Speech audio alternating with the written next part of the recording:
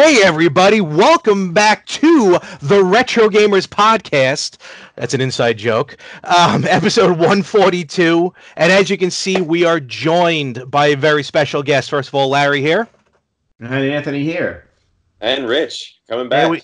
Yes, Rich is back. I think Rich may be, correct me if I'm wrong, probably most times as a guest on the show, almost. He might be at this point. He was he was one of our first way back at Barcade. Yeah, that was love that place. I can't believe how successful that place has become now. Rich, there's one near me now, 10 minutes away. Really? Yep. And I think, if I'm not mistaken, I think they're opening one in Detroit. Why? Interesting location. Yeah, I know. It really is it's a ground zero of destroying this.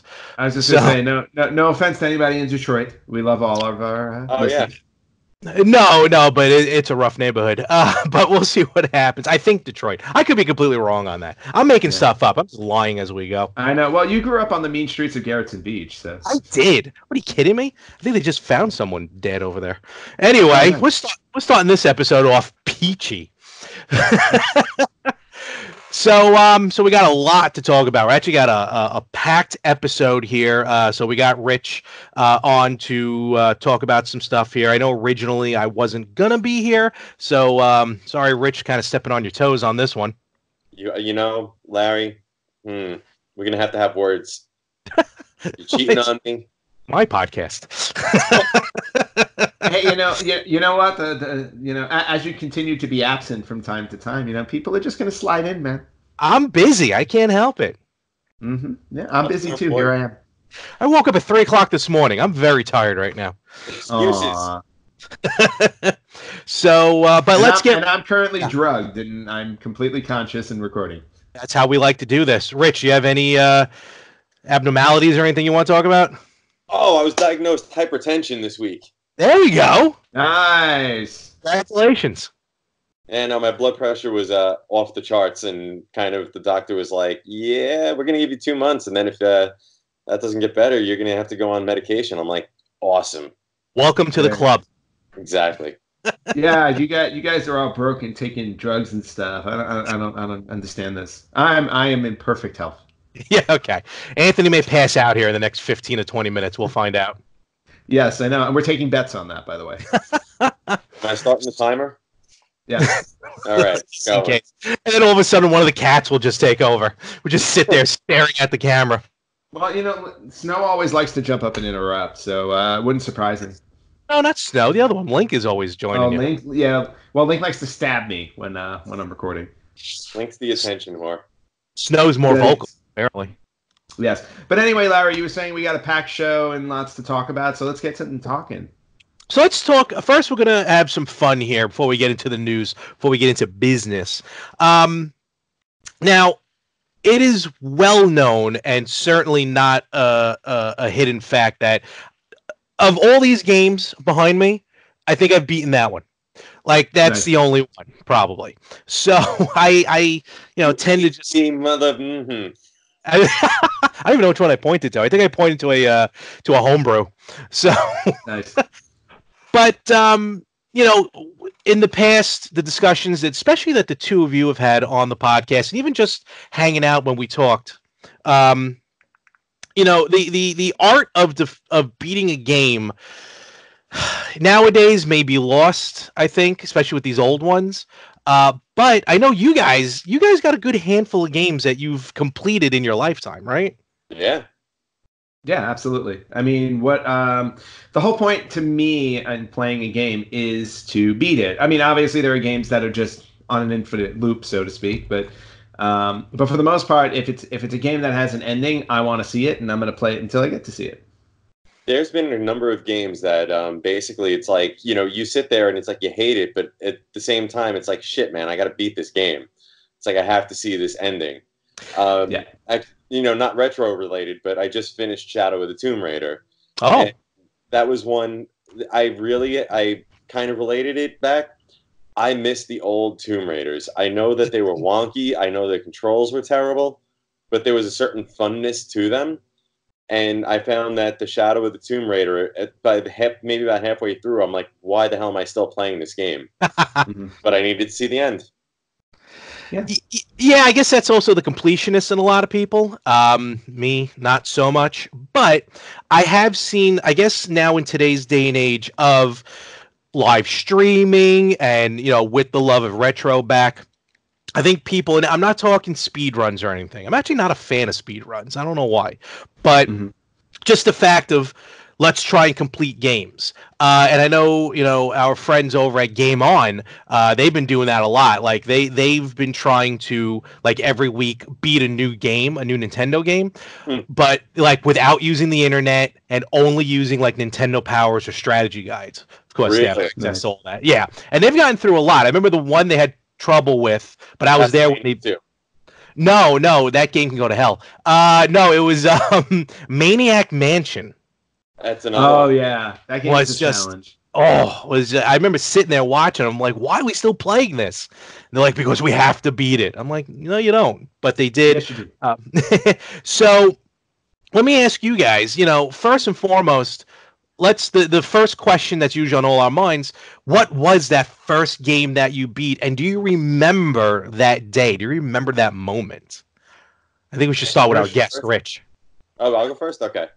So, before we were talking, my first system was Coleco, but I never beat anything on the Coleco. It wasn't until I got the Nintendo that I wound up beating it. But I remember actually beating Contra because my Nintendo was at that time, it was in my parents' bedroom. So I remember sitting in my mother, on their bed and playing it, and I remember having to use the 30 lives code, and I basically had to go through almost all 90 lives just to beat the damn game. Wow. And I remember thinking that was an accomplishment.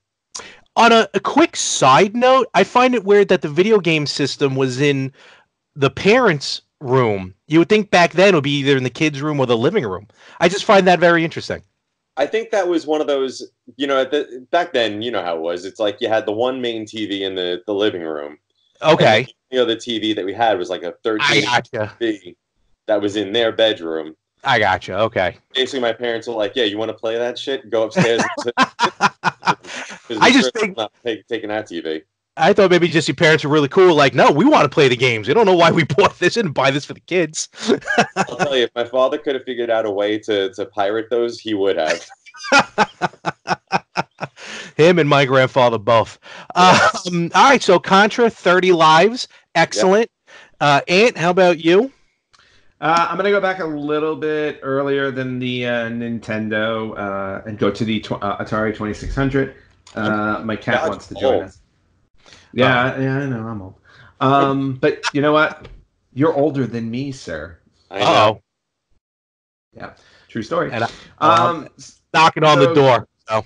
Yeah, you're right there, Larry. So, Atari 2600, got to go back to the original game that has now been highly publicized thanks to Ready Player One, and I'm talking about Adventure. Now, Adventure, when you get dropped into that game, you have no idea what the hell is going on, and you don't know what things mean and stuff like that, because it was all really, obviously, super basic. I mean, the game was probably all of 4 kilobytes. Not even megabytes, kilobytes. Is it like we have like more memory in our fingernail, I think, than than what that is. Basically, until we cut them off. So Adventure, so I remember like getting Adventure. Now, I don't ever remember uncovering the Easter egg that was in Adventure when I was a kid because I didn't know about it or whatever. But I have to say, completing Adventure was a huge accomplishment because, again, as like a 7-year-old, maybe, I had no idea what anything meant. I just figured out what I had to do, and then I beat it. And when I beat it, it was a great accomplishment. Okay. There you go. Me personally, I think I mentioned it before, and me and Rich are in the exact same boat. Contra was the first game that I beat. 30 lives. I mean, there wasn't no way I was beating that game regularly back then. Nope. And I remember when I remember like it was yesterday. It happened. I got there, got to the final boss, that heart, and you just, finally did it. beat the game. I was like, oh my, jumping for joy. My heart's literally racing. And you know, having you know, a heart thingamajig. My mom's like, all right, calm down, let's relax. You don't understand. You know, basically, yeah. I was like, I beat the game. She's like, all right, well, you know, we still want you to live. So, and then as it was, you know, sometimes if it was a special thing, we got to, you know, kind of get like a pizza to celebrate, but like, you know, like a square pie or something. It was very weird in my house. So I remember that big time. Now let me ask you this, Rich, though. Since then, have you beaten it without the code? Oh God, yeah. I can still do it to this day. Just wanted to make sure. It was funny a couple of years ago. My buddies and I, we would sit there and argue because they would be like, you can't do this. And I was like, totally can. And they didn't believe me. So I'm like, all right, tell you what, we're going to Facebook Live this shit. So nice. I gave them my phone. I said, put me on Facebook Live. And I plowed through the entire game. 3 lives. Awesome. Nice. I think I did the same thing on, did I do it on Facebook Live? I don't remember. But I beat it recently, like for the first time without the code recently. Really? Yeah, it's for a while I did have trouble with it, and then just, you know, then I just didn't have the game anymore and all that stuff. And it wasn't until recently when I finally got my hands back on it, I finally was able to get through it. And that was a bet. I feel like that was a better accomplishment ultimately than doing it back then. So now, funny, real quick, the reason I was able to eventually, I had to learn how to do that. Not because of the fact of, oh, hey, I want to be able to do this. But basically, I had my friend Jess and her friend Christina. Basically, like, we would sit there and we would play the game. They would die off constantly all the time. And then they kept stealing my lives. Oh, yeah. So basically, I had to teach myself how to friggin' beat that game with as few lives as possible. Because this way, they could take all of my lives and we would be able to beat the game. Nice. Yeah, I haven't done a 2-player. I gotta find someone to be able to do that 2-player. That'd be interesting. Huh. So let me ask you this then, guys. So, all right, fine. Those are the first games that we've beaten.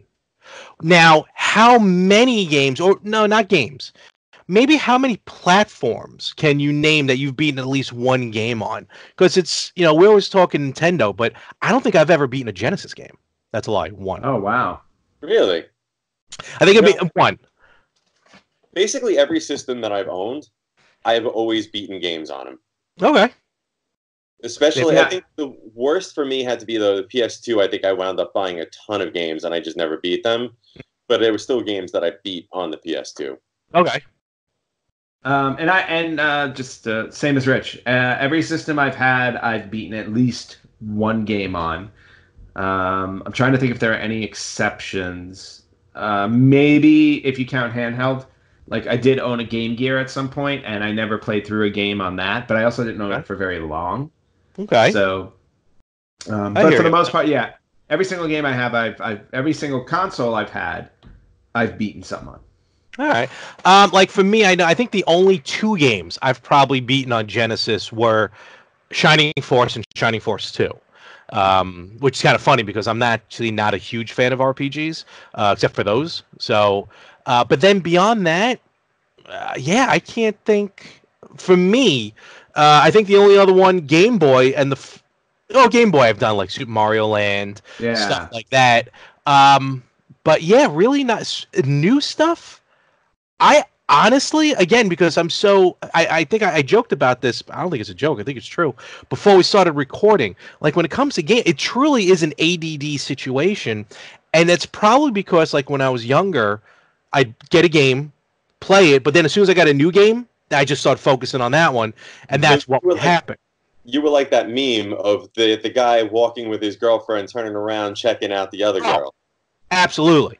It's like old games, and it's like, but there's this new game. Yeah. Yes. I would always focus on the new one and then just forget the old one. But now, and me and Anthony mentioned this before, and Rich, I'm curious if this is maybe happening to you. Like, as we get older, I know for me and Anthony, it's almost the opposite. As we get older, that's starting to change where, like I'm starting to now finally beat older games. Mm-hmm. And I remember for a while, Ann had a little trouble defeating, again, older games. You know, we're going back old school. I recently, meaning probably about like 7, 8 years ago, I had never beaten the original Metal Gear. And I sat down and I was like, you know what? Screw this. I'm going to do this. And I plowed through it. I was like, that was one that I really wanted to be able to say, like, finally did it. Is that the same for you, Rich, as well, when you beat Blaster Master, or did you beat Blaster Master back in the day? Because I remember you beat that it back in the day. Okay. Back in the day, I managed to get all the way up to the 8th level, which is the last level. And honestly, I don't know how the hell I ever got that far. Because playing it now, I was like, I've got the internet, it's telling me where to go, and I'm like, okay, how the hell did I figure out, like, where the friggin' bosses were, how to get to the next levels? Mm-hmm. It was like, holy cow, that never would, I must have been obsessed or just an idiot savant, I don't know what, but hells, yeah. That was one that, I went back and I beat now. So I only beat that, Anthony, like a couple of months ago? Yeah, a couple months ago. It was actually after you guest hosted on our show. Yeah. The last time Larry was unavailable, and I had brought up Blaster Master, and you said, "Yeah, you never beat it," and I kind of egged you on to do it. So thank you for following my orders. Hey, listen, somebody's got it, right? Yes. Actually, that's not true at all. Nobody usually listens to me. So. Aww. Not even the cats. No, definitely not the cats. They're in charge. So. Now, also, Rich, let me ask you, like, do you still have a lot of the old systems, or like, do you still have your old stuff, or? See, that's a question that hurts a little bit. Okay, no, look, I was there as well. So back around 2008, I really wanted to get the PS3, and my wife was like, "Okay, you have all these comics sitting around the house, you have all these video games sitting around the house." She's like, and now you're going to get another game system in here. She's like, something's got to go. So I was like... Nice knowing you, ma'am. No, I'm kidding. That would have been me. Damn it. Choices, man. I'm kidding. At that point, I had my NES, and I had 49 games for it. And by the way, that was like Super Mario Brothers 1 through 3, Mega Man's 1 through 3, Contra, Super C, Metal Gear, Ninja Gaiden's 1 and 2. Yeah, all the big ones. I sold everything on eBay for $150. Oh, God. Well, back then, there really wasn't, I don't think, much of a demand for... But still, I see what you're talking about. Yeah, no, it does. It does. And I only recently I sold my SNES because it was just sitting downstairs in the basement, and it was literally doing nothing. So I was like, you know what? That's fine. Yeah. That's gonna happen, no problem.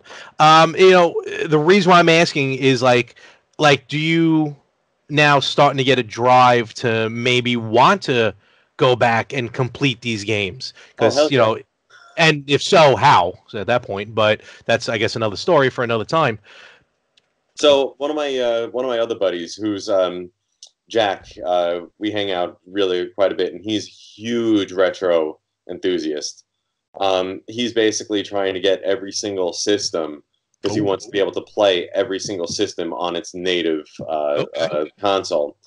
But he even takes it a step further, where when he gets them, he basically takes them apart and basically like just fixes them up, gets rid of cleans them out, gets rid of all the old circuit, like the bad circuitry, puts new circuitry back into it. I'm like, that's all you, dude. Yeah. I was like, I have a Sega CD he can look at. Yeah, he'll fix it too. No need to at this point, right? Right now, he's trying to fix my test. Really? Yeah, Sorry, we're all talking over each other. We are. And yes, you were saying. No, never mind. Alrighty. Ant's getting a Poly Mega, and that's going to take care of the Sega CD portion of it. That's why. Yes. So, but all right. So, Ant, let me now go to you. Like, now that you have the Retro Freak and you do have some of the old systems still, do you have like a list maybe that you're trying to procure? No. You mean a list of games I'm trying to procure, or a list of games I'm trying to beat? To beat, yeah. I don't think I necessarily have a specific list. Ideally, I would like to beat all the games I have in my current library. which is probably never going to happen.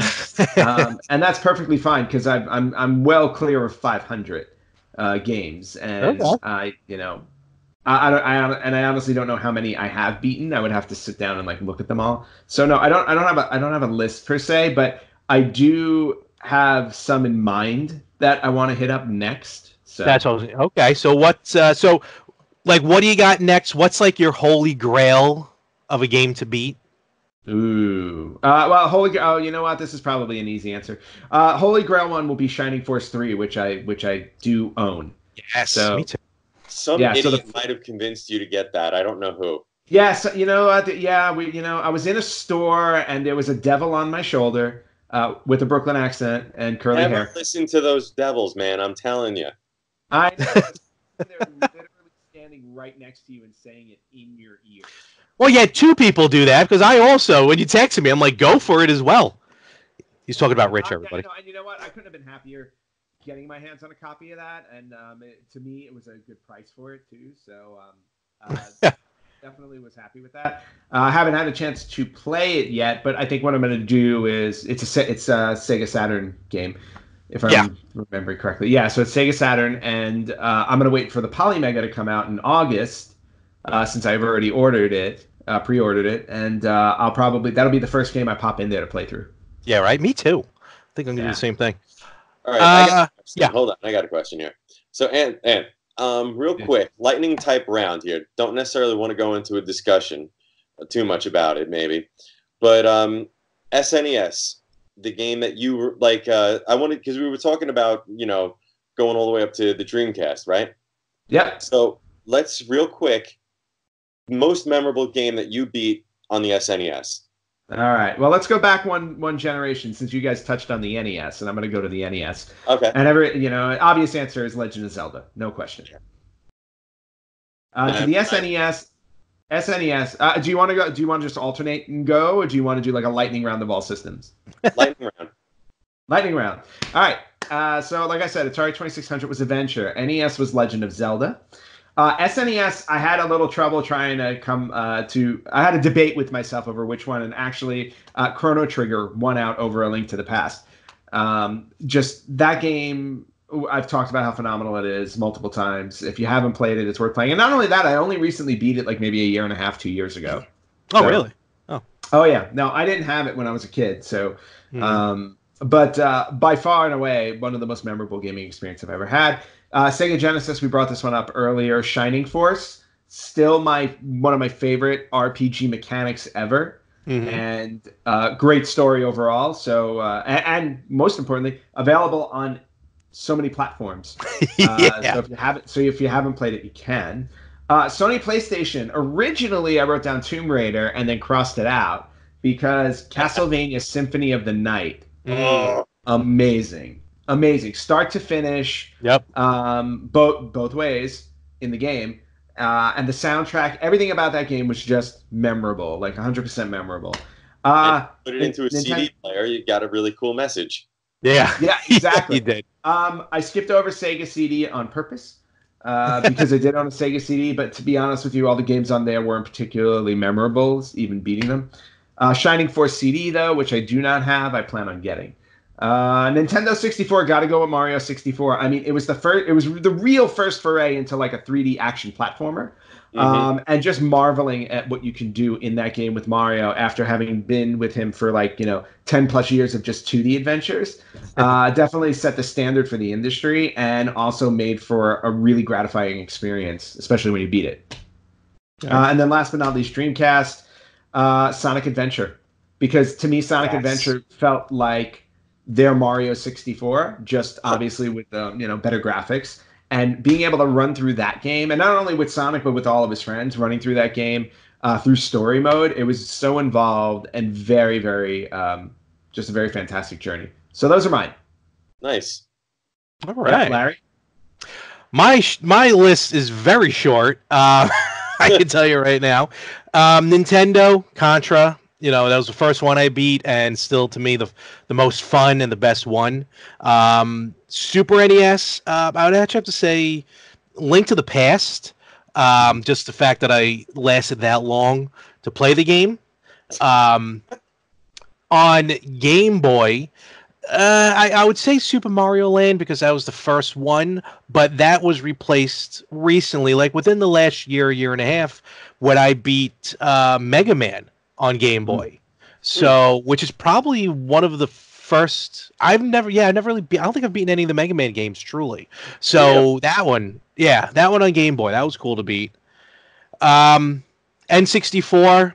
As much as I want to say Super Mario, I'm gonna say Ocarina of Time. Because that, again, just a beautiful game. The mechanics for the Zelda game, that open world atmosphere. And I think it was, I'm trying to remember if it was Link to the Past or Ocarina of Time that actually, when the game ended, it tracked how many times like you died and restarted and stuff like that. Yeah. So one of them was 99 times. I forgot which one, but one of them was 99. Yeah. And then Dreamcast, I'm gonna go with Anthony. Sonic Adventure, phenomenal on Dreamcast. Okay. Yeah, I don't even think the GameCube version did it justice in a weird way. So yeah, those are basically the top ones for me. Of course, Genesis. I've already mentioned it. Genesis, Shining Force. So right. And Rich, over to you. So I already said starting with the Nintendo. So NES Contra, talked about it. SNES, I think it's no secret which one mine is. Super Metroid. I mean, I'll never forget getting all the way up to Torian and trying to basically battle my way through, and all of a sudden you get that massive Metroid just landed on her, and just like, what the hell? And then you get to Mother Brain, and Mother Brain's this huge thing. And my personal favorite was, you get the time limit to get out. So I'm running, I'm trying to get through. I've got seconds to get there, and all of a sudden she goes into the hyper run, the hyper boost. So I jump, and I'm like, yes, I got it. I made it to the ship. And then she just keeps going past the ship. Like, shit. And then the planet explodes, and I'm like, oops. Oh well, not doing that again right now. My bad. Genesis, I had two down here. Streets of Rage, the original one. Because nothing beats when you get to that end at 2 players, and he goes, "Join me," and "Will you join me?" And one person chooses yes, and the other person chooses no, and then you got to fight. Yes, amazing. And then the other half to that was their first Earthworm Jim. Oh wow! Yes, wow. Earthworm Jim. That was a fun game. PS1, I'm actually going with a little bit more of an obscure one. I was like racking my brain on that because there was a number of them. Wild Arms. Oh wow! Oh wow! Yeah, because that was one when Final Fantasy VII had come out. I was really kind of like into like all my friends were into it, and I didn't like it, and I remember going into a software etc. It was like $10. And I was like, fuck, I'll give it a chance, and that was storyline wise and just gameplay wise, it was a lot of fun. Sega Saturn, going with actually Anthony, stealing one from you, Tomb Raider. Oh wow, okay. Because when I first played it, I didn't have the PlayStation 1 at that point. I had my Saturn, so I played it first on that. So I was like, very nice. Still love that game to this day, even as bad as it is. It's a fantastic game. Dreamcast was a little Japanese game called Sword of the Berserk. Never heard of that one. I picked it up simply because of the fact that it was this big-ass guy with a huge sword. And I was like, all right, it's cheap, it's inexpensive, it's a hack and slash game, and it was fun. And then I met my wife, and she was into anime, and she basically was like, oh, hey, here's this anime you should watch. It's called Berserk. And I was like, wait a second. I'm like, I know this from somewhere.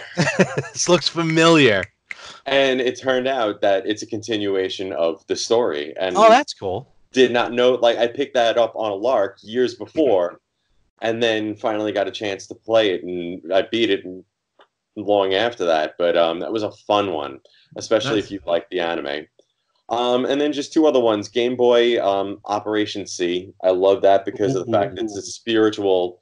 Like, it's probably the closest to Contra and Super C in terms of all the Contras that have come since. I can't wait to play that when it comes out again on the Contra collection.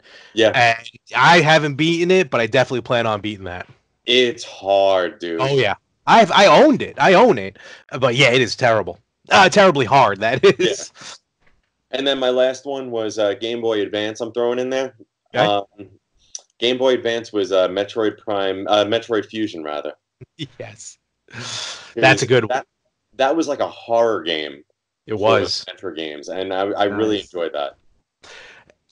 Yeah, you know, yeah. Go ahead. I was gonna say, I gotta say really quickly, Rich, because you brought it up on the PlayStation, and I had neglected to even think about it for some odd reason. But Final Fantasy VII, I think I would actually have trumped Castlevania Symphony of the Night because I never shut up about Final Fantasy VII. This is true. Yeah. Oh, Final Fantasy VII to me was like the epitome of RPG games. I don't think I've ever played one since then that I've even compared it to. I don't know if it was just the timing of it or the overall story elements, all of it. I think that game definitely just rocked from start to finish. All right, cool. And, you know, to kind of wrap up this segment, let me ask you this. And Rich, when you mentioned it, that's what reminded me of it. Is there a game that you came ever so close to beating? Just one more moment, but you never beat it, you never have beaten it, and you haven't had a chance to go back and try to beat it again? Ninja Gaiden. Okay, the first one? Yeah. Okay, how far did you get? All the way up to the very last boss. Oh, wow. Okay. And it was on my last life. And I remember I basically was like, all right, you know, I'll die and I'll continue, and it'll at least continue from 6-4. Yeah. Without kind of, and it booted me all the way back to 6-1. Yep. It was like, nope. Oofa. Wow. And yeah, over to me. I gotta say, the only one that pops in my head like immediately was Final Fantasy VIII for PlayStation. I had gotten all the way to the 4th disc, and we were on the ship heading into battle. The main, go to the last. I think it was the last area to battle the enemy, the main enemy in the game. And I don't know why I just stopped playing it. I was at that point where I'm like, you know what? I think I'm kind of done for now. And then I never went back and finished it. Oh, it's funny. My wife loved Final Fantasy VIII back in the day. That's the one where you had to like write the runes or write the spells or something like that. I think so. Yeah, no, she's talked about it a number of times. Yeah, it's a phenomenal game. It was. It's just I think what happened was, coming off of the heels of Final Fantasy VII, which was amazing, I felt like the lead character in Final Fantasy VIII, I wasn't as invested in his story as I was with Cloud in Final Fantasy VII. So I had just gotten to a point where I'm like, you know what, I need to take a break from this because I was kind of losing a little bit of interest. So I'm like, I'll take a break and I'll come back, and never did. Well, just even running with that, I found, just an interesting thing to point out. You called Final Fantasy VII's lead Cloud, and you didn't say the lead for Final Fantasy VIII. I didn't, because to be honest with you, I'm trying to remember his name and I can't. Exactly. That's my point. Yeah. And that makes all the difference right there. Yeah. And with me, it's the one that actually Rich mentioned, Metroid Fusion. Played it on, actually, it was the Game Boy Advance. I played it on the 3DS because it was like a downloads that we got. Fell in love with it, and I'm not a big Metroid fan. Never really played the games before, but I'm playing Fusion. I'm getting all the way to the end. I was able to save it, and then that's when the memory card crapped out, erased everything, and I just never had the heart to go back and play it again. Yeah, I think Final Fantasy VIII's lead was called Leon, but I'm looking it up. I believe that was his name. I don't know if he wound up. I also think he may have wound up in Squall Leonhardt. That was his name. Yeah, Trish just said from the other room. She goes, Squall. Thanks, Trish. So, all right, cool. Well, there you have it. And folks, let us know some of the game, the first game that you ever beat, some of the most memorable games that you've ever beaten, and maybe some of the obscure systems that you've beaten a game on. Who knows? Maybe some people out there who've beaten on an Amigo or a 3DO or a Virtual Boy. So the love interest name? Renoa was the love interest. There you go. Thank you. And let us know your Final Fantasy facts as well. No. So check it all out. Let us know on the Facebook page, on Instagram, some of your favorite games that you've beaten and some that are on your list. All right, it's approaching quickly, the Long Island Retro Gaming Expo 2019. If you're in the tri-state area, actually, if you're anywhere in the world, fly in for it. Why not? Cradle of Aviation Museum, Garden City, New York, August 10th and 11th. Get your tickets now. You're going to save some money unless you buy them at the door. This thing's getting bigger and bigger, better and better every year. And this time, the Retro Gamers, we will actually have a table there. We're not just going to walk around like a bunch of nomads trying to find Wi-Fi. So definitely check us out. We'll be live streaming. We'll be podcasting. We will have some game systems set up. So if you want to test out some of those games that you bought and realize they don't work, you can go right back to the table and try and get your money back. Good luck. But definitely check them out.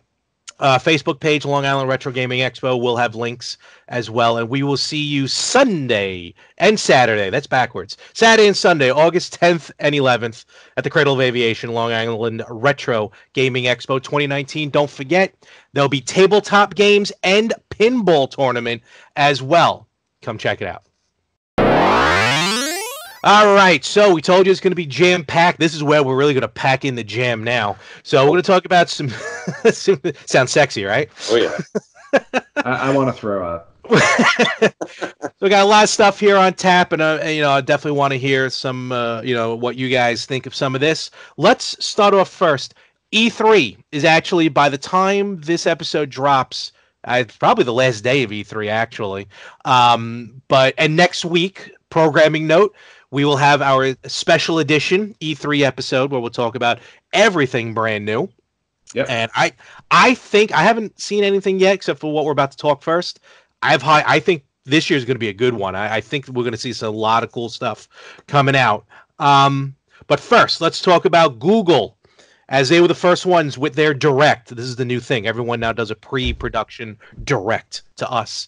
Mm-hmm. The Google Stadia has officially been, it was announced 3 months ago, but now we have pricing, dates, some more information on it. If you don't know, the Google Stadia will be a streaming video game service from Google. Basically, you buy a controller, and you may need the Chromecast dongle to use it. First and foremost, guys, what are your thoughts on a streaming video game service? Not the first time we saw this, but we haven't really seen any successful yet. I'm against it personally. Okay. Here's why. And the best example I can give is Activision. Activision lost the rights to all the Marvel games a number of years ago. And then those games, like, basically, you can't, if you didn't have any of the DLC or anything like that, you can't get them anymore. You can't play them anymore. You can't download them. So there's so many times in so many games I've heard of things like that happening to, like, I know, was it Lego Hobbit is another one where they lost the rights to it, and now you can't play those. And to me, there's always something to be said about, hey, I've got my physical copy that I have, and I can always play it. But that's me. Yeah, and I'll echo Rich a little bit on that as well. I'm not against streaming games. I think it's perfectly fine. I just think that there are a lot of potential hazards with it. One of them is when you're doing multiplayer online games. Depending on the internet speed of the player, it can affect your online gaming. If you're doing a multiplayer game, I have it happen in a couple of games that I currently play online. So there's that concern, and then the concern that Rich just brought up about the whole idea of, like, when these console developers lose the rights to certain games, they go away, or you can't get access to, like, the extra material and things like that. I feel like it's cost prohibitive that way, because if I'm putting the money down, I want to make sure that I have that for life. That's the purpose of buying something. It's kind of it's becoming a bit of an illusion when you're buying a game as opposed to now permanently renting a game. Well, one of the I feel like, and I maybe you guys would know better than me, but but I've heard rumors of them actually removing the rights to certain games so that you can't play them anymore. No, there was, what happened was it games or movies? Games. Oh, games. Because I know what happened with movies, but there was a thing. It was a misconception. What happened was there are certain rights in certain countries, and if you try and switch regions, like this happened with iTunes, someone switched their region for movies, and like they lost like half their library, but that was because that library just wasn't available in that country. Right. And when the computer recognized it, like, nope, sorry, you can't play these. So that's a different ball game. I know what you're talking about. Like, I have X-Men the arcade game on the Xbox 360. I have the Simpsons arcade game on the PS3. You can't rebuy these. They pulled them from the shops. As long as you still have them, though, you can play them. Absolutely. So, you have stuff like that. But then again, at the same time, I have an Xbox 360. For all intents and purposes, if I sold my 360, I wouldn't have any of those digital games anyway. So It doesn't really matter. And a lot of the physical games may or may not work. So that's how, with newest systems. That's how I see it. Now, I'm totally digital. I'm digital with my movies. I'm digital with my video games. I'm digital. I didn't have the room for the physical copies. Right. And B, personally, I like the idea of digital, moving to the cloud, taking it from there. I hear what you guys are talking about. I know it's going to be split. Probably more people want physical than the streaming. But I think Google... I think they have the capability that, the games that are going to be there. I think nowadays people realize, as far as ownership, these are big time games that Google is messing around with. So I don't think you're really going to see any, rights lost or anything down the road. But let's do this first. Let's get into the Stadia just real quick with your stats. The Founders Edition. All this comes out in November, this coming November. Founders Edition, $129, which actually isn't bad at all. Wow. You get a special edition color controller, the Night Blue Stadia controller. You get a Chromecast Ultra. This is like over $300 normally, and it's only $129. 3 months of Stadia Pro, which I'll talk about in a moment. You get Destiny 2, the collection. So you get the game Destiny 2 and all the DLC. You get to pick your exclusive Stadia name first and foremost, which they're really pushing, which I find funny. A Stadia Buddy Pass, which I think means you can get someone else to piggyback on your system there. Huh. So that's for $129. So you will need probably a Chromecast to do this. But down the road, the idea of the Stadia is you start on your television and you can pick it up right where you left off on your phone. That's the idea. They're starting phone-wise, smartphones. Obviously, Google's going to start with their Pixels, and then they'll move forward with other options. As far as streaming, like Anthony mentioned, here's the thing. So there's two services. There's a free service. You buy the system, boom, there's a free online service, which basically means... think of it like PlayStation Plus or Xbox Live. You can purchase games, so you can still buy games, but like if you pay the service, you get free games every month. Mm-hmm. You get like special editions or like special perks, special discounts. That's what they do nowadays anyway, so that's nothing new. $10 a month for Stadia Pro, which seems to be the going rate for a lot of these things. Not a problem. Also, when you use Stadia Pro, you could play up to 4K, where free, it's up to 1080p. Mm-hmm. Depending on your television, that's how that goes. Now, to your point, now here's the thing I find amazing. To get 4K, all you need is 35 megabits per second of download. That's nothing, especially nowadays. I was gonna say it's nothing. Yes, that's good. No, it's nothing in major metropolitan cities. I don't know if it's nothing in more rural areas, and that's where like my concern. My concern. It's not. I mean, it's not a huge concern, but my concern is that there are going to be people that aren't going to be able to stream because of low internet speed. And remember, we're all like victims of whatever our internet service provider wants to give us. depending on where you live. The low end is still even 10 megabits per second. So that's still you're going to be able to play. People are going to be able to play. Look, not everyone has a 4K television, so not everyone's going to need that high of a speed. But no matter what, that's the idea is anyone's going to be able to play, and that's what's good with this. Here, to quote Phil Harrison from Google, instead of a console or a PC, you're using Google's data centers as the platform.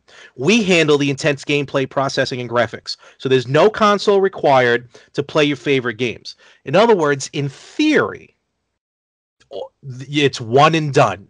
You buy the system and that's it. Like, imagine buying a Nintendo, just buying the Nintendo controller, but as time went on, again, in theory, you never had to buy another system.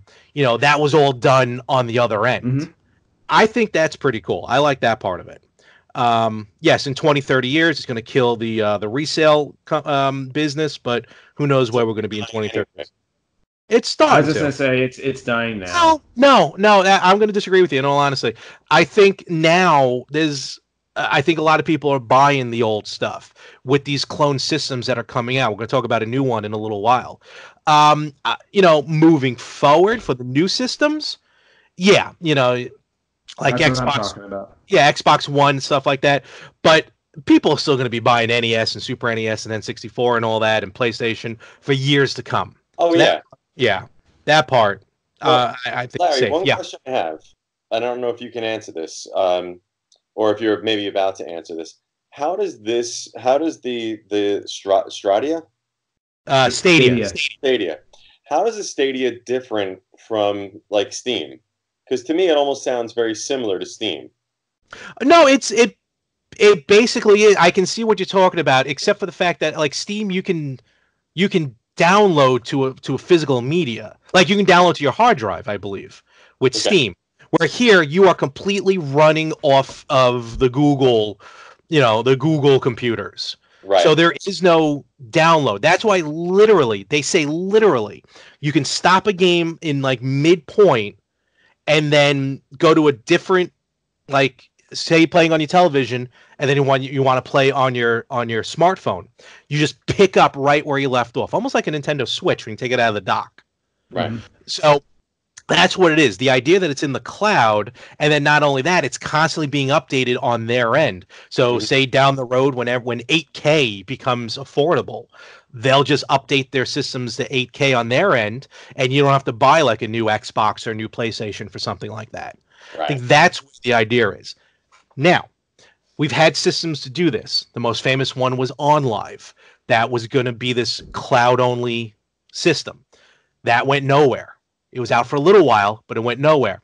But Google's got more backing to it, especially with Google Fiber. Once that starts coming out in the major areas, it's like Apple. When you use all Apple products, everything works like a charm. Yeah. When you start using all Google products, because I'm looking forward to Google Fiber, because I think that's going to be a game changer into itself.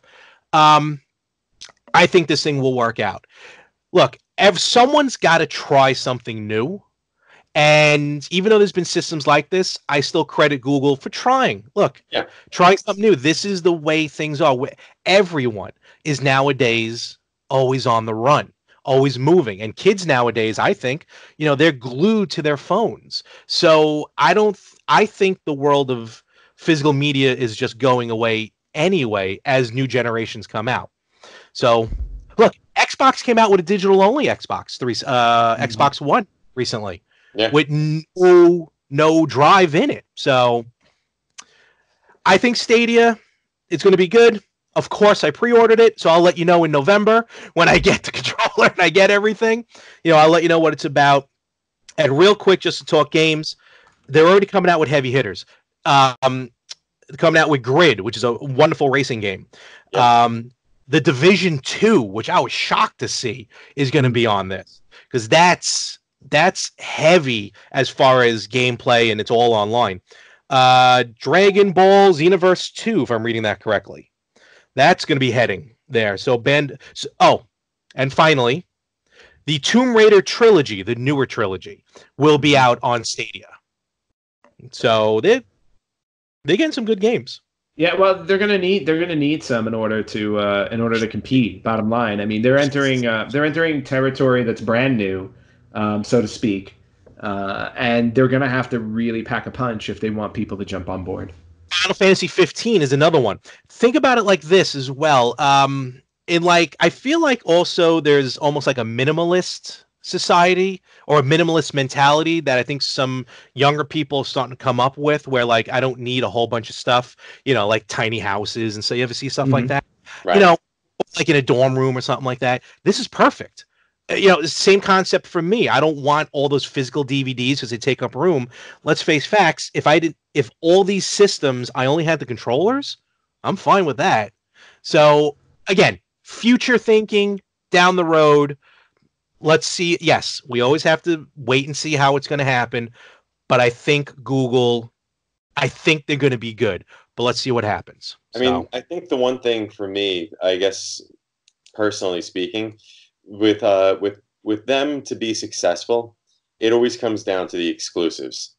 What exclusives do you have to offer? I mean, like, I bought a GameCube because of Metroid Prime, and that was it. That was literally, actually, no, correction, that and Twin Snakes were the two games that I bought specifically for that system. And then from when eventually it was the Xbox. I remember playing Halo for the first time and just being like, wow, this is amazing. So, I mean, like, I think for them to be successful with this, they need to have some type of really good exclusives. I think the first one they announced, but don't hold me to this, I think the first exclusive is Baldur's Gate 3. Yes. Oh, wow. So that's awesome.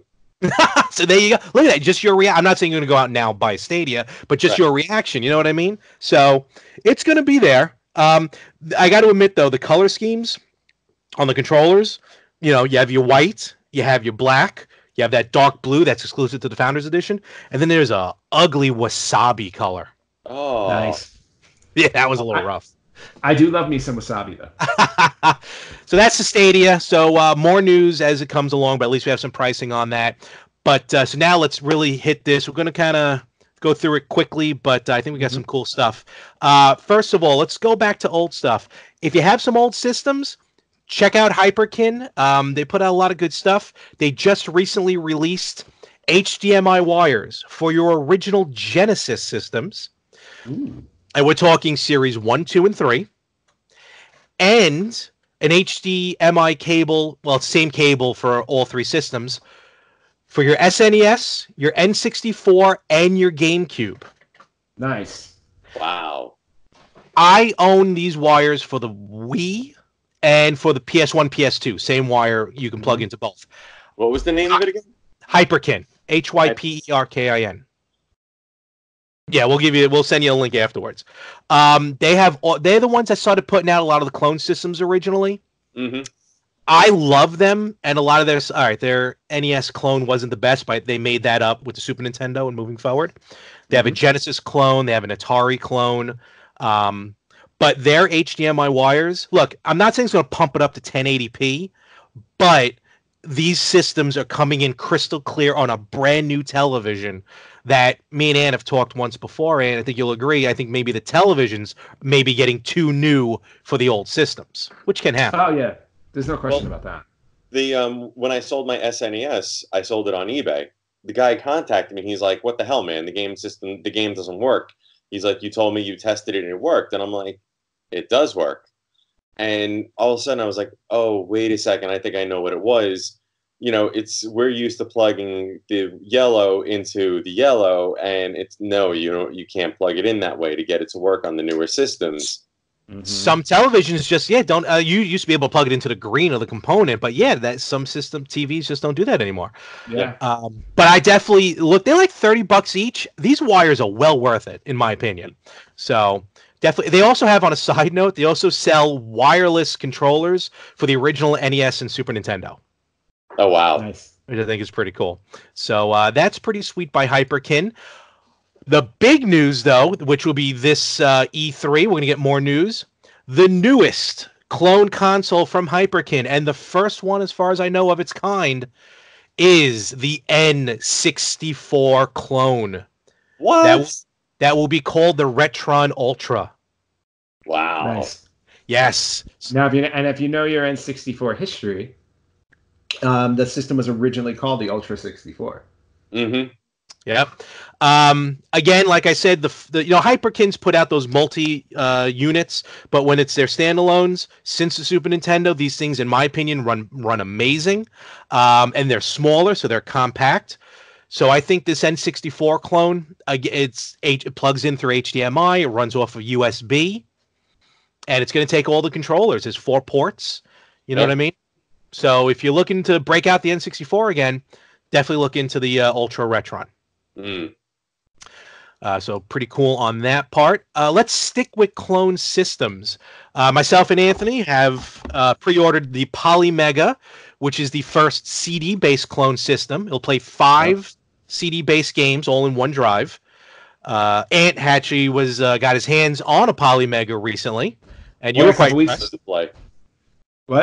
What systems So the Polymega, a couple weeks ago, I went and saw a preview of it at Retro Game Camp in downtown LA, which is the retro game store that specializes in Japanese imports.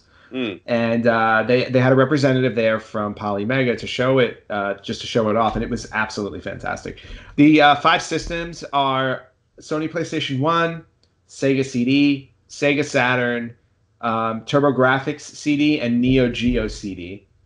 And they also have announced that they will be able to upgrade the firmware in there so that you can play additional systems. Like I think they're working on Dreamcast next. That'd be cool. And they're not against going into the PlayStation 2 area as well. Wow. Well, it's a big endeavor on their part, and it's taken them longer than they anticipated. But I will say the end result from what I saw was beyond impressive. Like I really do think this is going to deliver. It's going to be. How much is it going for? $250. That's not bad. No, 3. It's 3. I think it's 300 for the base unit, which is the CD-based games. And then, Rich, you can actually lift out a portion of the console to stick in a cartridge-based base. So you can buy the NES base, the Super Nintendo base, the Sega Genesis base. So this sucker can play, a ton of systems. Wow. I pre-ordered the whole kit and caboodle, so I'm getting everything. But what's cool, remember, not only with the CDs, yes, it plays those 5 CD systems, but it also plays the PAL versions and the Japanese versions.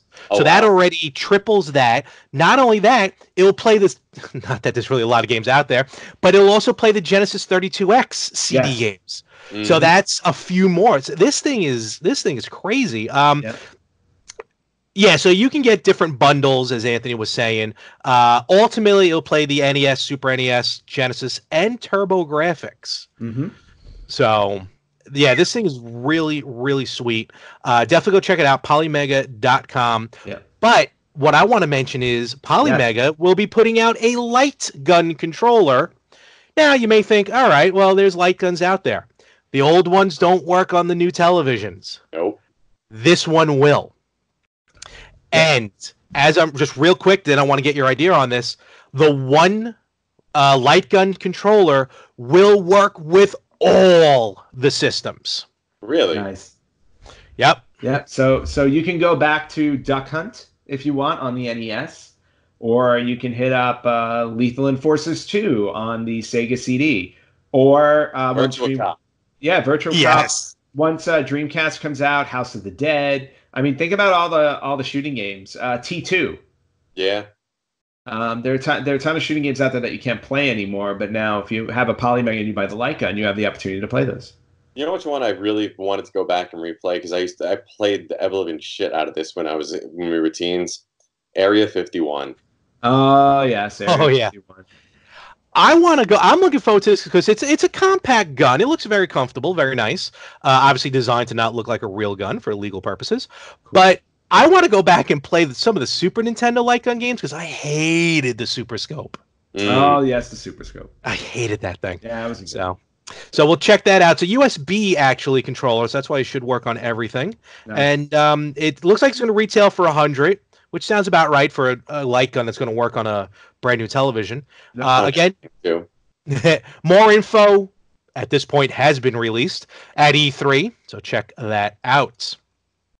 All right, let's see what else we got. Well, let's jump to... You know what? Let's talk about this real quick. Speaking of E3, by the time this drops, there should be a new DLC fighter for Super Smash Bros. Ultimate. Yes, I heard of this. Yep, they're going to be... I don't know who it is, and even if we do, I don't think we want to give out any spoilers. But there's, 4 or 5 DLC ultimately for fighters. So the new one should be revealed this week. That should be good. How many characters are they up to in there now? Oh, my God. 60, 70... I gotta say over 70, maybe? Yeah, there are over 70 characters. Yeah. Yeah. They definitely got a lot in there. It's pretty cool. I love the game. The game really... I mean, I was never a fan of Super Smash Brothers, especially the first couple, but I fell for it for the Wii U version, and I just fell in love with this one on the Switch. So that was pretty cool. Speaking of Switch, let's talk about this just real fast. The new lineup for June for the NES Classic. Now, we don't know what the special edition game is going to be, the one where they alter it enough, just to play differently.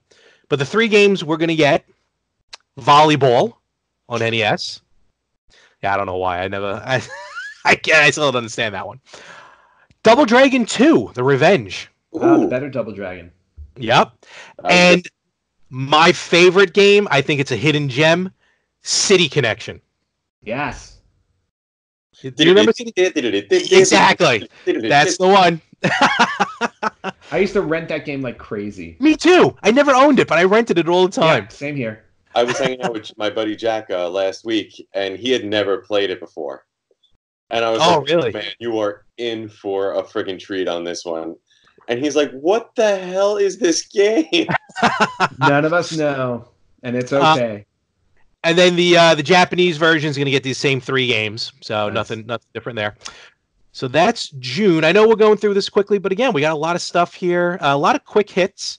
Yeah. Really quickly, since you're talking about free games, I off the top of my head, PlayStation 4 for the month of June.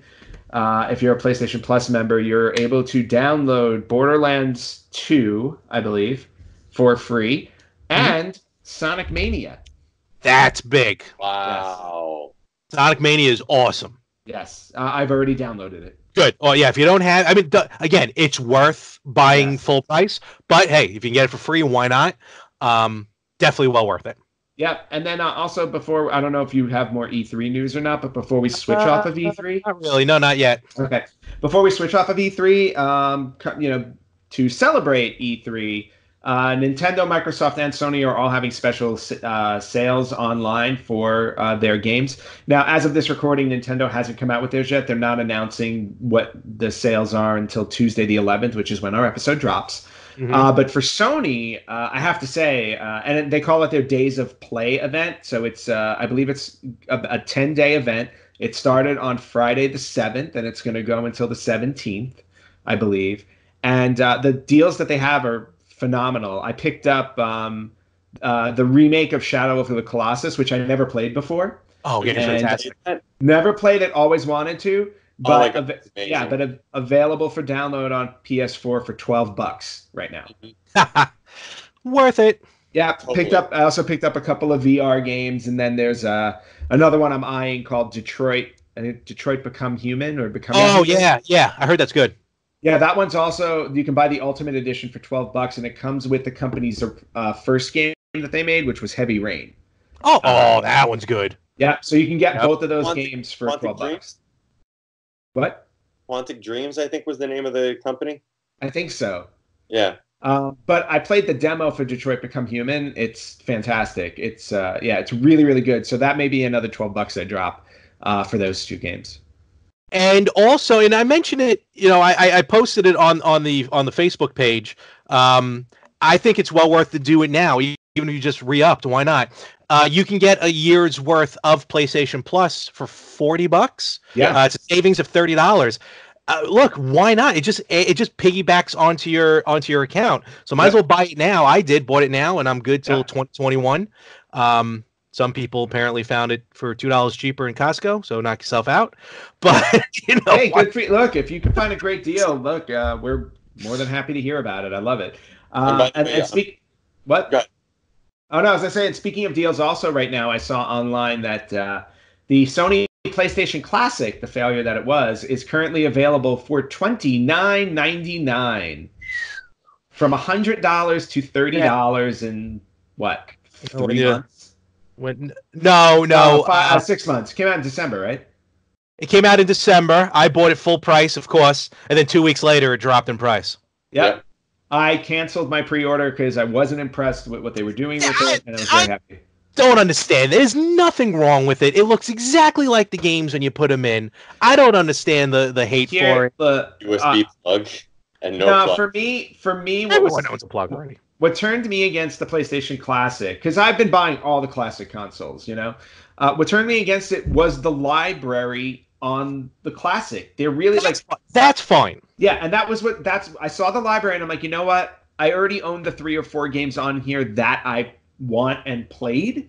So I just decided, I was like, you know what? That it's not worth me spending $100. Now for $30, I may pick it up just to add it to the collection. Yeah. If we were going to buy them on games we don't own, we wouldn't have any of the minis. But I hear what you're talking. Don't get me wrong. I hear what you're talking about. That's fine. I'm talking about the people like, oh, it doesn't look good. I'm like, I got news for you. The original PlayStation doesn't look good compared to today's aspects. Well, no, PlayStation, unfortunately, yeah. PlayStation did not age well. No. Yeah, all right. Anyway, and I did pick up the Japanese version of the PlayStation, which is cool. Classic. So I can't wait to play Devil Dice and Gradius, which is on there. I didn't realize. Devil Dice was one of my favorite games on the PlayStation. Very addictive. Speaking of the minis, let's talk about this one. Hey, Rich, are you getting a Genesis mini? No. I don't know. I haven't jumped on the minis craze. Fair enough. It's a great lineup, though. It's 42 games. One of which is actually Tetris, which is like probably one of the most hard to find games, period. I didn't even know they made Tetris on Genesis. I saw that. It can go for like $1 million. Like, no joke. $1 million? That's a little nutty. It did until September, when anyone can get it on the Genesis Mini. Well, let's see. Tetris Genesis. Hold on. Here's it's a fun little thing. You can only order it in Japan. They're coming out with add-ons for the Genesis Mini, a mini Mega CD drive, a mini 32X, a mini Sonic and Knuckles, and a mini Sonic cartridge. Oh, that's really cool. None of these will play. None of them are going to play games. It's just for fun. It's just for show. I'll post a picture on it. It's basically you just stack them on on top of another because, the running joke of all these add-ons, this Tower of Genesis. Yeah. That's all it is. I think it was like $20 or something for all this. It's goofy. It's fun. I ordered it. It's on Amazon. It's fun. .co.jp, so I had to create like a Japanese account. Mm-hmm. So that was annoying. But I'll post pictures on it. It's pretty cool, pretty fun to see. With that, kind of moving right along, let's go back to the Switch. Another sleeper that the arcade version is being released. Arcade Archives, Solomon's Key. Wow. I love that game. Now, Solomon's Key is available on the NES Online Classic. It's available on the NES Mini Japanese version. But this is the arcade version. So I'm wondering, Ant, was there a difference between the arcade and, besides graphics, between the arcade and the NES version? To be honest with you, I do not know. All right. I mean, it looks prettier. Don't get me wrong. I've only ever played the NES version, and I love the NES version. So I love it. And for $8, maybe worth it to get the arcade version. So that's coming out this week. And then finally, 2 final things. One of which I find this very funny. So the Nintendo Direct for Pokemon Shield and Pokemon Sword was last week. And they announced some new Pokemon, one of which is Wooloo, a sheep. Basically a sheep. I can't wait to battle Pokemon with a sheep. But guess who doesn't want you to use the sheep in Pokemon? Our good friends over at PETA. Oh, God. So PETA Now, I'm quoting their Twitter handle. Love the new Pokemon Wooloo. They have a special message for all of their future trainers. And there's Wooloo holding a sign, I'm not your Wooloo sweater. Oh, because my God. in the game, I believe you can shear Wooloo to make clothing and whatnot. Well, everyone got on PETA's back. People, not only fans of Pokemon, but like farmers came out saying, no, actually it's good to shear the wool of a sheep because otherwise they can get heat stroke, they can get illness, if their wool isn't clipped on a regular basis, like for real sheep. And oh yeah, by the way, it's a video game. Yeah. It's crazy. So yeah. Well, we live in a day and age where you can complain about anything, and you have a platform for people to hear you. So my opinion, voice. I can't stand PETA, and that's me just being me. They've targeted Super Meat Boy. They've targeted Super Mario, I think, for riding Yoshi and stuff like that. Whatever. I find it very funny that, a lot of people are like, no. It's actually good and healthy to shear sheep. So the same way it's good and healthy to sacrifice Yoshi to get over those long jumps. Yes, absolutely. Absolutely. Finally, I want to talk about this, and we'll wrap this up. We have just come through the 35th anniversary of Tetris. Yes. Wow. 5 years ago, the game came out, and I think about 15 months ago, the creator of the game finally started getting money for it. Everyone knows the story. I can never pronounce his name too. Alexei Poma something or other. Pomegranate. Yeah, it's very Russian. I've never something like that.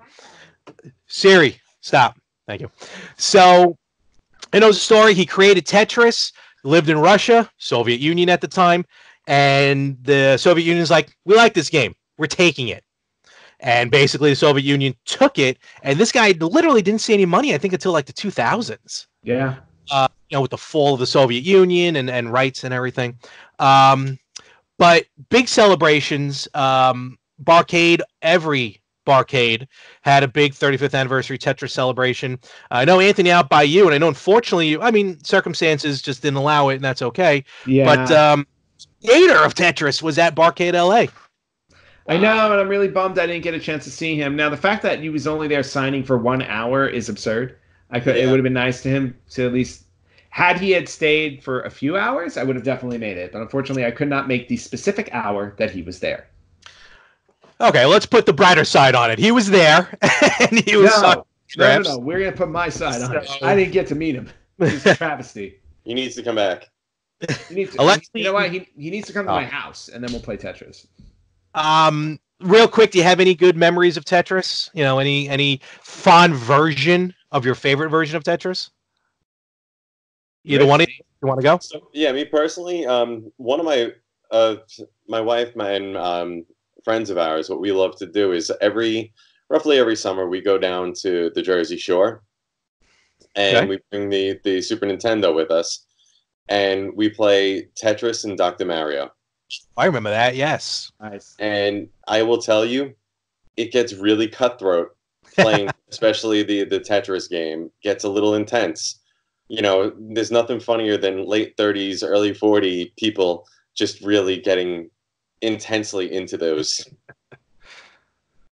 Awesome. I love it. And well, the NES Tetris game is definitely the one I will hold most fondly, and that's because it was essentially the family game. We would just literally, my Nintendo was hooked up to the TV in the living room, and we would all take turns playing Tetris. So my mom, my dad, my sister, my younger sister was too young at the time, but the four of us used to always just take turns playing or fight over it, depending on who wanted to play more. So that's why Tetris has always been kind of special to me. Awesome. Of course, my version of Tetris was the Game Boy version of Tetris that came packed with the Game Boy. It was probably an amazing idea, and sold Game Boys, sold Tetris games. And so I play it, then I kind of fell out of love with it until Tetris 99 came out on the Switch. Yep. And then I fell back in love with it. And then I started playing the DS version and all this stuff. So for me, though, the definitive for me is the Game Boy version of Tetris. That's the one I remember the most. Fair enough. 35 years, it's a long time for a very simple puzzler that has branched out to so much stuff in recovery from PTSD to people, what's called the Tetris effect, where, they just picture Tetraminos falling and they can pack the back of a car on vacation. So, and speaking of the Tetris effect, also you can play it on VR. Tetris Effect is a VR game. It's crazy. Like you can play regular. I have Tetris Effect. You can play it regularly, and it is gorgeous, and the music is soothing. But yeah, when you play in VR, it's a little it's weird. It's not like you are a Tetris and you're falling, but it's pretty cool. And I finally got to play Tetris on the Virtual Boy, and that was interesting as well. So that was pretty cool. No, like for the first time, like 3 weeks ago or something, and that was pretty cool. Yeah, sure was. And of course, the one Tetris I've always wanted to play was Bio Tetris. Remember? Bio Tetris? Rich, you confused. Yeah. Bio Tetris came out on the N64 in Japan, and you hook up this adapter to your ear, and it would measure your heart rate. So what happens is, as your heart began to race, the pieces fell faster. So you had to learn to control your heart rate to control the speed of the Tetraminos. Mm-hmm. That's absurdly awesome. Never got to play that one though. So happy birthday, Tetris! And with that, I think it's time to pull this into port and call it a day on this one. And this was packed. I liked it though. This was fun. Yeah, this was a blast. I always enjoy coming on, guys. Rich, we're always happy to have you, Rich, especially when Larry doesn't want to show up. Yeah. Well, yeah, the things I thought I wasn't going to be here, so I ended up being here. So of course I'm going to take over. No, Rich, I do appreciate you being on, no matter whether I'm here or not, whether Anthony's here or not. Definitely cool. Continue your gaming, and hopefully you'll be able to beat more games down the road, more Metroids down the road. Hey, did you play the new one? Do you have the 3DS? Did you play that new one? Which one? The Metroid 2? Samus Returns. Yes. You may have talked it in the past. How's it compared to the original Tetris?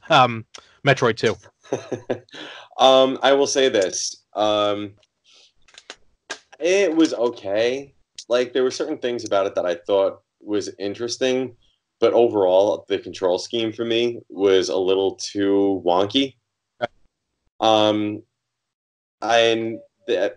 There was a guy who did, was it Not Another Metroid 2 remake? Oh. And I played that version of it. And I will tell you, he did personally a better version of the game than Nintendo did with this. Okay. Fair enough. And then one final thing I just want to get your thoughts on this, being such a Metroid fan. The fact, now this happened months ago, but the fact that Nintendo basically said we are completely scrapping Metroid Prime 4 and we are going right back to the beginning. We're starting it from scratch and we're going back to the original maker of the first Metroid Prime. Any thoughts on that? The fact that they were like 90% done and like, no, forget it. We're starting from scratch. I'd rather, at this point, it's when was the last time outside of a remake did they release a Metroid? What was that? The Wii U? No, I think it was still the Wii, probably. We're not counting Other M. No, no, not that one, or the one that Hunters one that was on the 3DS. I think Metroid Prime 3 was the last one. Yeah. And it's, don't get me wrong, I love the Primes. I played the crap out of them. But I will tell you, I feel like Metroid works best, and I've had the most fun when it's a 2D game. Fair enough. They stayed with them as 2D and just improved graphics, or even had even do something like what the Halo Anniversary did, where you could switch back and forth between like the newer graphics and old 8-bit graphics. I think that would be something fun to play around with. It's funny, a lot of games do that. Like Tecmo Bowl did that. The R-Type Dimensions DX or EX is called. You can switch on the fly between 2D and 3D and whatnot. So, all right, pretty interesting. I just kind of want to get your thoughts on that. All right, so that's about it. Anyone have anything big coming up you want to promote? I mean, I know we don't really. I don't know. Throwing it out. Nothing. Fair enough. Good. I'm going back to sleep. I've been up since 3:00. So, So with that, folks, remember, check us out everywhere. Instagram, Facebook, YouTube, Retro Gamers Podcast. We can try and get our Twitter back up and running. And you want to hit them with the email? Email at theretrogamers.com. Let us know your thoughts. Let us know what you think. Just let us know that you're there listening. And we want to thank, actually, we finally broke 2 or 3 times the 3,000 mark likes on Facebook. Yeah, that was funny. We hit 3,000 likes, and I messaged Larry and said, "Holy crap, we're at 3,000 likes!" And then we posted our graphic thanking everybody. And as soon as the graphic went up, we went down to $29.99. Hey, not everyone's gonna stay a fan, which is also the price of the PlayStation Classic now. Hey, but no, we're over 3,000 again and again. Thank you very much to everybody who watches, who listens, who participates on our Facebook page or our Instagram page and stuff like that. We're really, really grateful for you. Absolutely. Thank you very much. Rich, again, thank you for being on the show this week. Always enjoy it, guys. Awesome. And I'll catch you guys later. So be well, and we all will catch you right here next week for our special E3 presentation of the Retro Gamers Podcast.